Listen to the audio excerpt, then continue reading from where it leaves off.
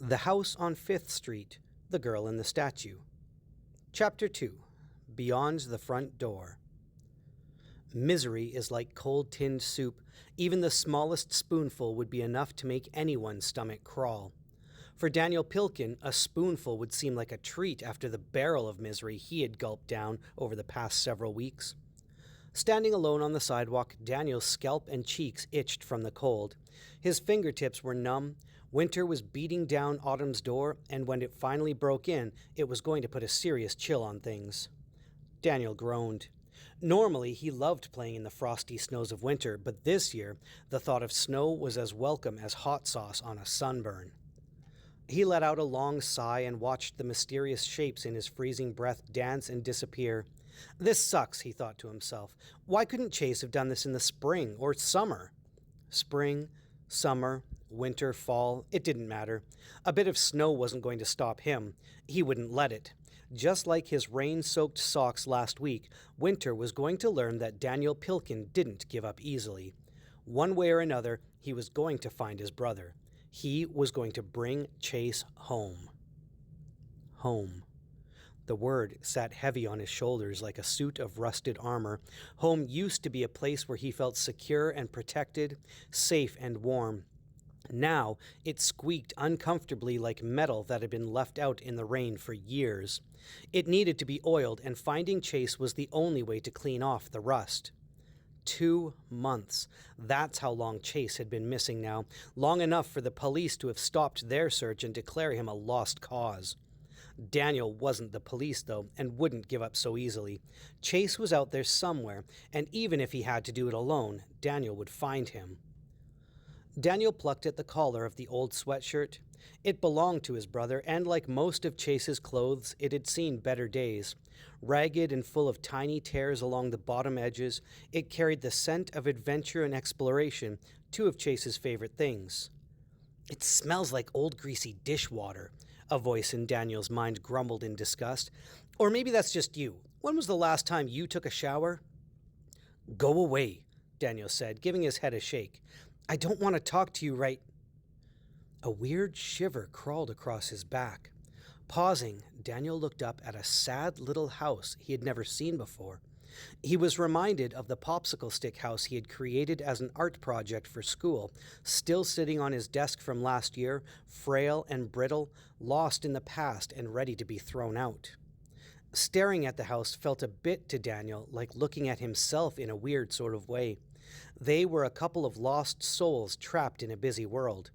It was an uncomfortable feeling, made worse by the strange sensation that as he was looking at the house was looking back at him.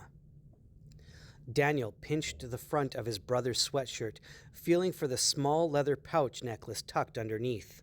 His fingers closed around the gree-gree his Nana had given him, and he squeezed it tight, letting it block some of the uneasy feeling the house sent his way. "Creepsville," he said, his breath forming more of the little misty shapes. "Total Creepsville." "Just keep walking, Danso," the voice in his mind said. "This place gives me the heebie-jeebies." "Heebie-jeebies?" Daniel scoffed. "How scientific of you. And don't call me that. It's Daniel." "It's not, though," the voice corrected him. "Not really, and you can't hide that from me. You might be Daniel at school, but you'll always be Danso to me." Daniel growled. He hated when the voice did that. Even more, he hated that it was right. His real name was Danso Pilkin, but he had gone by Daniel for the past year, much to his mother's disapproval. She didn't understand, though. Unlike Daniel, who had been born and raised in the town of Mardell, his mum was old and had grown up in Ghana, where names like Danso were normal, before moving across the ocean for work. She didn't have to deal with having a strange name in a school where strange names stood out like spilled juice on a pair of white pants. "Is that really what bugs you about it?" the voice asked. "Or is it something else? It's Nunya, actually," Daniel said shortly, letting go of the gree-gree beneath his shirt. "As in, Nunya business? No, go away, I need to think."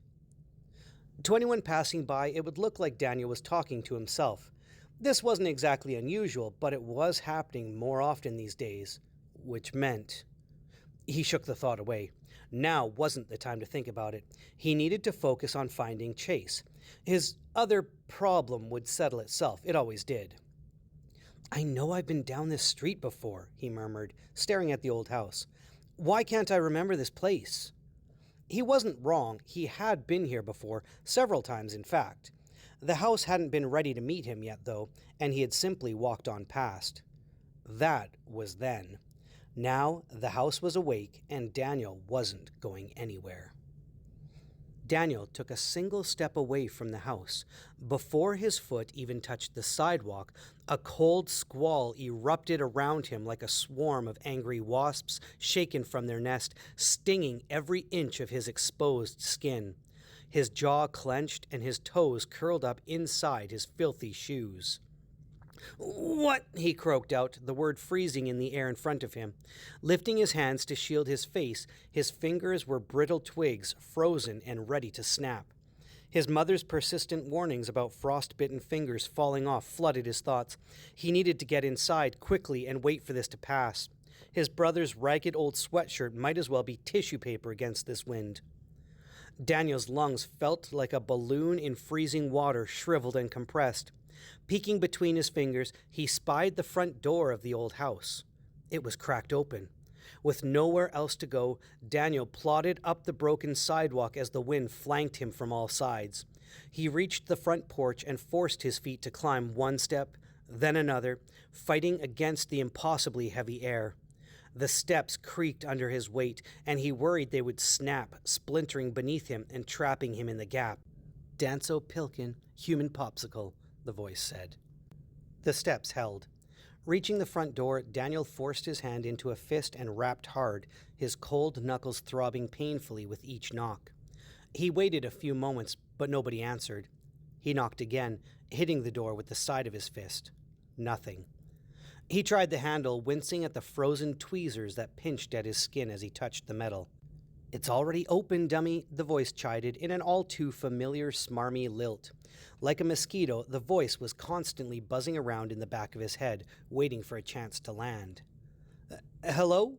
He ignored the voice, as he had done so often before, and called in through the crack in the door. Nobody answered. Daniel tried to flex his frozen claws and grimaced painfully. Whether this place was abandoned or not, he couldn't stay outside any longer. Desperate to escape the cold, Daniel hurled himself inside, slamming the door closed as he crossed the threshold. He leaned up against it, breathing in shallow gasps as his lungs expanded with warmer air. It was far from a sauna, but the walls kept the wind away. His toes slowly uncurled, and he sighed as the blood started flowing through his hands again. Growing up, Daniel's mom always said you could tell a lot about someone by the way they kept their house. A clean house was the sign of a clean soul. If she was right, Daniel thought whoever lived here must be dancing with the devil. The inside of the house matched the outside. What was left of the wallpaper hung loosely in torn strips, and the drywall beneath was cracked and swollen with moist patches of dark mold giving off a musty, swampy smell. The boards in the floor were an uneven mess, threatening to trip anyone who dared walk on them. Just beyond the entryway, a lonely old couch sat by itself in a crusty living room. To the left, a broken staircase led up to the second floor. Straight ahead, a hallway led back into the shadows, into what Daniel guessed would be the kitchen. Another door stood silently in the wall below the stairs, between Daniel and the kitchen. A heavy padlock hung from the clasp halfway up. "Hello," Daniel called out again. "Is anybody here?" His voice sounded hollow in the quiet house. "Anybody?" he called out again, and the voice in his mind echoed the words. "Body, body, body." The wind beating on the windows was the only answer, yet Daniel could feel eyes watching him, staring at him from everywhere and nowhere at the same time. "Ghosts," the voice in his head said. "Nobody but us and the ghosts." Awesome. Ghosts. Daniel half expected to see a bunch of floating bedsheets hovering over his shoulder. He had watched enough Scooby-Doo to know they would probably be attached to ropes and pulleys, controlled by an old fisherman in a mask, but that didn't make the thought any less terrible. "Meddling kids," he muttered, trying to push down the uneasy feeling blossoming in the pit of his stomach. Again his hand found the shape of the gree-gree beneath his sweater. "Meddling kid," the voice corrected him. "Just you, and you don't have the Scooby Gang to back you up." "Shut up, Danny," Daniel whispered. "You're not helping." Some kids talked to their teddy bears. Others had imaginary friends. For Daniel, he had Danny, the voice who had talked to him inside his head since he learned his first words. The doctor his mother had taken him to had given it a fancy name, something that sounded a lot like parachute.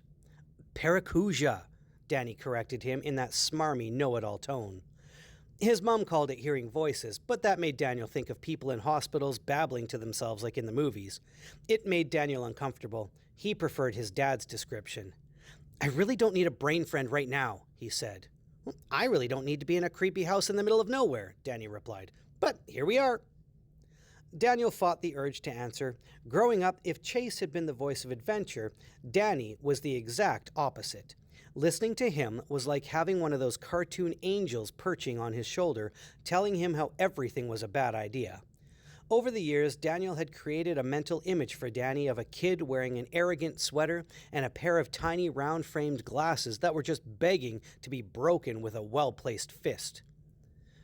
There were no ropes or pulleys, no bed sheets, just a feeling of loneliness, as though no living thing had lived here for years. Wiping his fingers down the wall beside the door, they came away covered in a thick layer of black dust. His feet had left fresh prints in an even thicker layer that carpeted the floor. Daniel felt drained from his fight with the icy wind. He forced himself away from the door and stepped into the living room, sitting down heavily on the old couch. Dust exploded around him. He sneezed his way clear and looked around. A cold brick fireplace sat in the wall across from the couch. The mantel above the fireplace was empty. No pictures, no vases, no clocks.